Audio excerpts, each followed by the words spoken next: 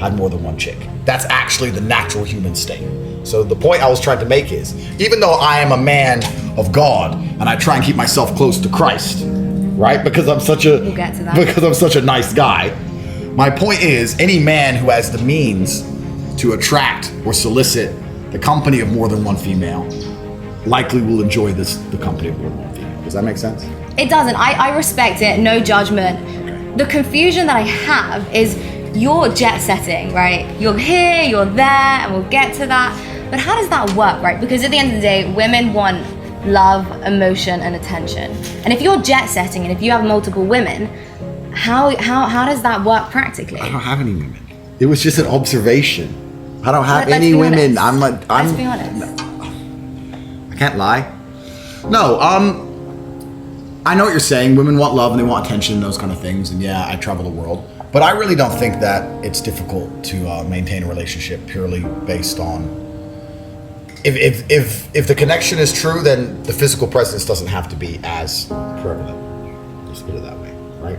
There's lots of soldiers go to war and they have a wife at home who loves them very much. But that's different because they're going to die for a cause. Let's just I'm going to war. I'm out here in the streets. How do you think I'm making all this money? But what do you do? But like, you're not fighting a battle. All I do is fight. My life is a fight. What do you mean I'm not fighting a battle? I'm fighting a battle against the oppression of humankind. How are you doing that?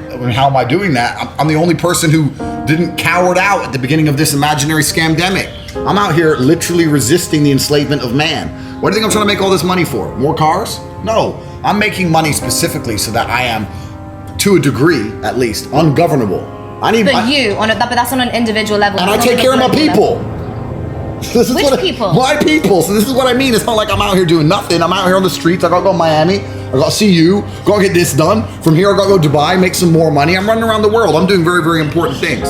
And if I had a female, if I did, because of course I don't, because I'm a man of God, blah, blah, blah. If I had a female, she would have to be very understanding of the fact that I am a man on a mission with a purpose. And there are some missions she'll be allowed to come with me on, and some missions she can't come. It's not safe for females out here. I'm out here. I'm all right. I managed to get here. Because you're next to me. I got you, Leia. You're okay. But but otherwise, you got to be careful. Women are, you know what? And I don't want to look like a misogynist, as usual. Misogyny is okay to a degree. Okay. What degree? Let me know. Give me a number out of 10. I think it depends how we're defining misogyny, right? Yeah. Like, how would you define misogyny? Realistic. A lot of misogyny is just realism.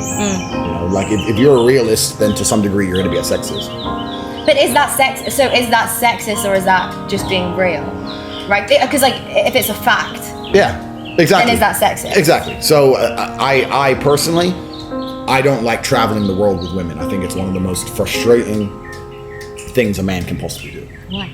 Okay, imagine you had to travel around the world and you had to take a 3-year-old with you. You'd be like, oh, now you go, where's my 3-year-old? Has it 8? I have to make sure they're safe. Got to bring all their stuff. It's exactly the same with a chick. Me and my brother, we're Spartan, right? We can just go, rock up at an airport. There's no flight for 11 hours. Sleep in the airport terminal. Don't eat, don't sleep. One bag on our back. Old school soldiers. We don't care.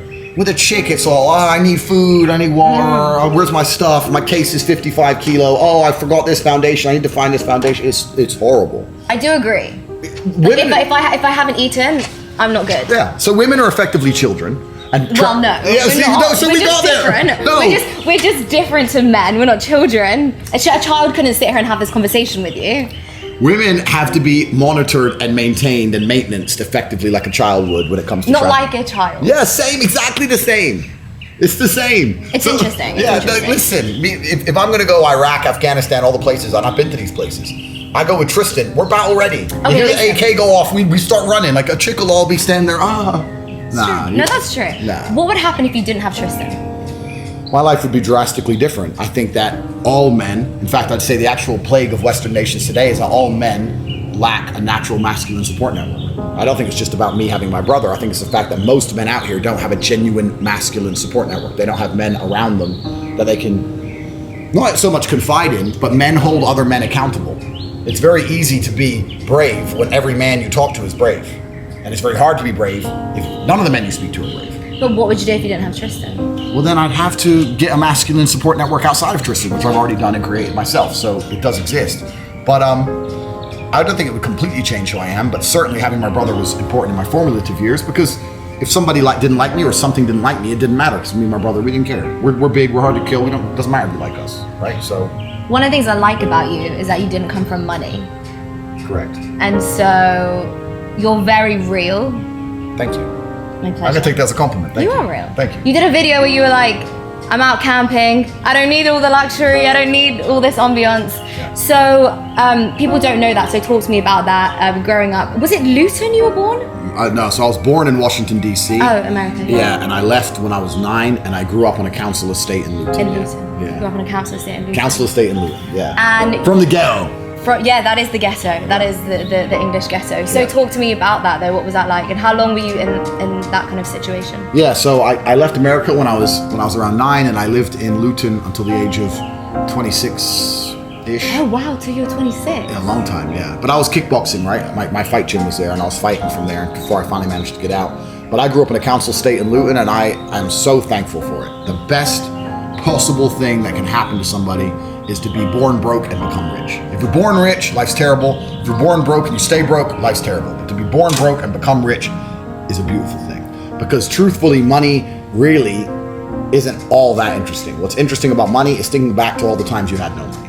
I love to go spend $25,000 for dinner, not because the money. $25,000 for dinner. All the time, yeah. All the time. We're in Miami. Where you been? Great places, but I'm not putting down 25K for dinner. Because you're a chick. The females don't pay anything for anything. They don't. In Miami, they don't pay anything. Yeah. Unbelievable. But anyway. women don't have to pay, right? But there's certain places you can definitely do that. And the point is, the food isn't worth it. And it's not worth 25 G's, but the whole fun of it is just thinking back to when you never had 25 grand in your life. I never had any money in my savings account. I was completely flat broke. So it's the juxtaposition that makes it interesting. There's no light without dark. So I love the fact that I was poor. Those are some of the, in some ways, they were some of the happiest times of my life. Life was simpler back when I was poor. I'm not going to buy into more money, more problems. I'm not going to say that being rich isn't fantastic, because it certainly is. However, when you're broke, you have a very simple, singular focus, which is what it should be, just to make more money. But now my focus is more spread out, because I really do not need to make more money. That's the one thing I do not need more of. But there's so much more to this story, so I'm not going to let that go. So there was hardship, right? And your dad wasn't always around. There was a story with like the hair. He gave you the whole haircut, and he told you hair doesn't matter. Correct. All this like really formed you. Yeah. I want to hear about it. I want to hear about the hardship. Okay. Well, the hardship, my whole life was hardship. And to some degree, I try and make sure my life retains some degree of hardship. My father was the OG. I was raised by probably the best father on earth. I really genuinely believe. But he wasn't around? But a father doesn't have to be around. This is the big mistake. This is another big mistake, especially among the conservatives and the tradcons and all this crap. The idea that a father needs to sit around like a second mother to make a child healthy is a fallacy. In fact, I'd say it's detrimental to the child. I see all these dudes out here, they have a kid and they basically become mother number 2. Why? The mother keeps the child alive. As a father, it's your job to be impactful. You need to guide. You need to be a role model. You need to be a superhuman. Everyone should look at their father like a superhero. That's what you should genuinely view him as. It's hard to be a superhero if you're home every day arguing with your wife, changing diapers. That's not what a man should do. A man should rock up, teach lessons, be impactful, and it's more about quality as opposed to quantity of time. I saw my dad once a month. He was out on the streets. He was pimping, hustling. My father was a chess grandmaster. He's traveling the world playing chess. He had all his girls. He's doing whatever he's doing. When he came home, it was an impactful time. Whether it was a positive impact or it was a big argument or whatever, never was I ever around my father. It was a low energy environment. That's not who he was as an individual. And I remember every single second spent with him. There's a whole bunch of dudes out here and chicks. Their father's home all the time, fine.